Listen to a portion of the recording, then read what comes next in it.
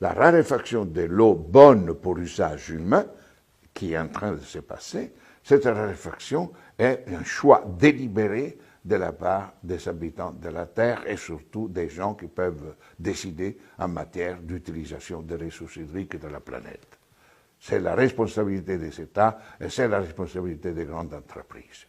Mais la logique de l'économie capitaliste de marché est de rendre tout ce qui est utile, de le rendre rare.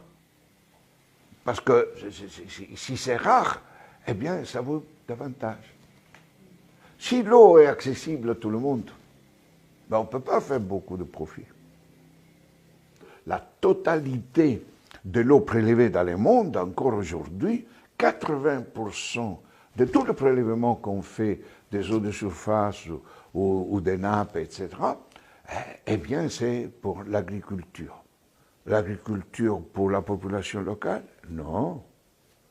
On fait l'agriculture pour l'exportation.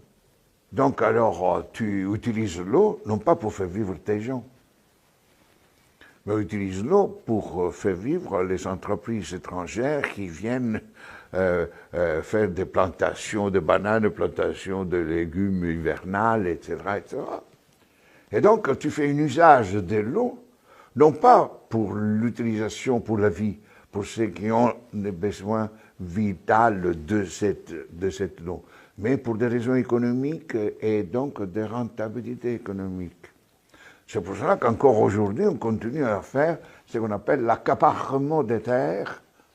Donc nous, les Européens, les Américains, à travers nos banques, on achète les terres africaines. La Chine achète les terres africaines. Et on détourne l'utilisation de ces terres des activités agricoles pour la population locale. La vision que nous avons de l'eau a changé depuis une cinquantaine d'années.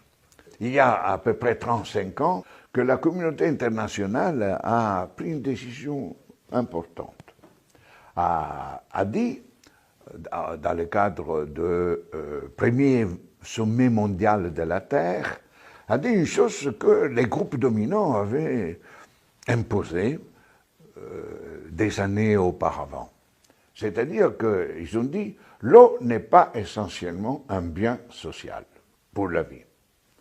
L'eau doit être considérée essentiellement un bien économique, c'est-à-dire une ressource soumise aux lois de l'économie dominante, c'est-à-dire l'économie de marché. L'eau est un bien économique, c'est-à-dire qu'on peut vendre et acheter. L'eau est une marchandise. Ah, on se dit ça. Pour la première fois dans l'histoire de l'humanité, c'est-à-dire les dirigeants, les dominants responsables, ont affirmé que l'eau est une marchandise. Et que donc, une marchandise est soumise aux règles de l'économie de marché. Et donc, ils ont dit, la valeur de l'eau ne dépend pas par rapport à la vie. L'eau est considérée désormais comme un bien appropriable, utilisable à but lucratif. Tu veux l'eau, je te la donne, mais tu m'en payes. Donc, c'est pour cela que, petit à petit, à partir de ces principes, alors que l'eau, jadis, était considérée comme un bien commun, quoi, un bien commun naturel, accessible à tout le monde, on ne pouvait pas nier l'accès à l'eau, la première chose qu'on fait en Afrique quand on va dans une famille, on te donne un verre d'eau, etc. Donc, c'est que... Non, rien du tout.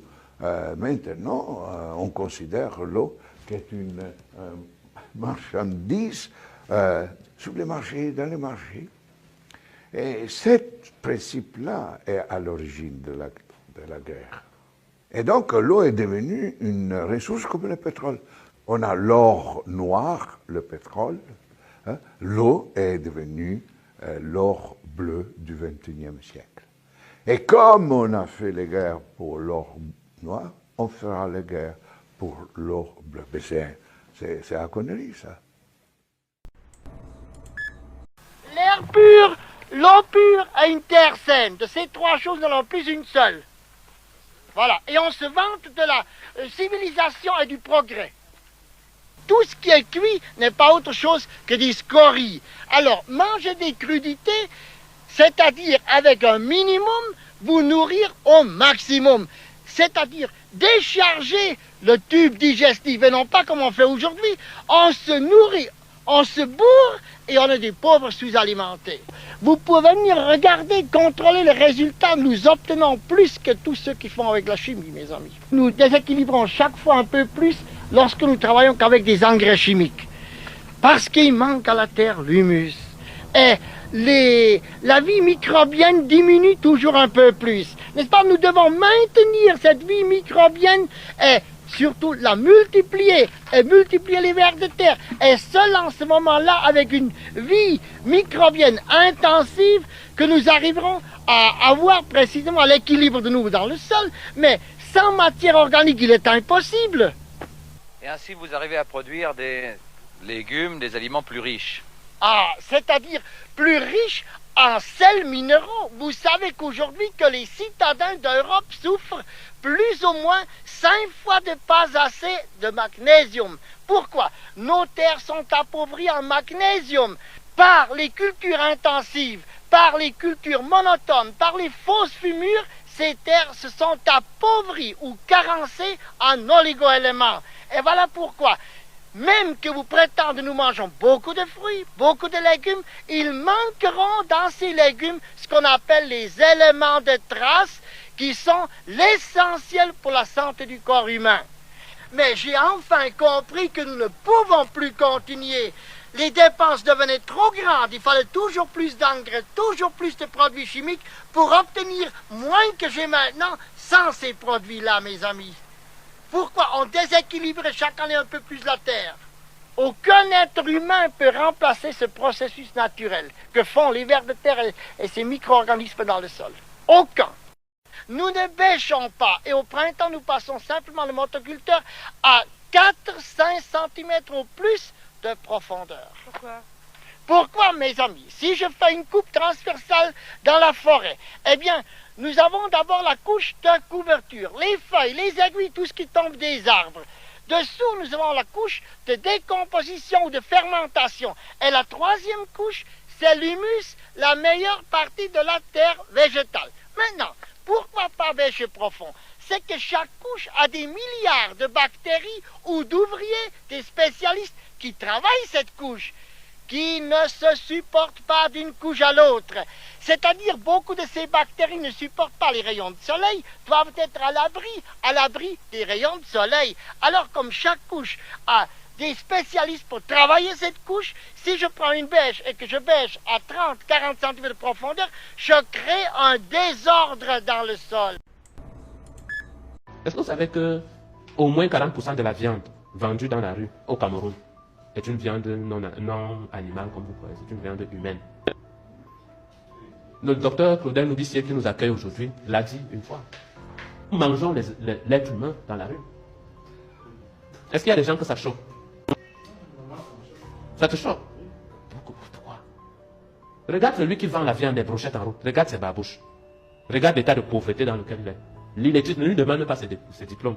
Entre toi et moi, si on lui vend un corps de 40 kilos de viande à 10 000, comparé à la viande qu'il achète chère, si on lui vend un corps humain de 40 kilos à 10 000 ou à 15 000, est-ce qu'il ne va pas être tenté d'acheter ça pour mettre ça en brochette? Parce que dès qu'on frit là, tu ne sais plus quelle est la différence. C'est très tentant, non? On te vend une petite fille de 15 ans là, qu'on a bien désossée. Tout ce que tu as fait, c'est la mettre dans les brochettes et mettre au feu. Tu vends ce genre. Tu n'es pas là à l'école, pour toi la viande c'est la viande. Et puis tu ne sais pas toi qui manges, tu interdis même à ta famille de manger ça. Est-ce que ce n'est pas plausible?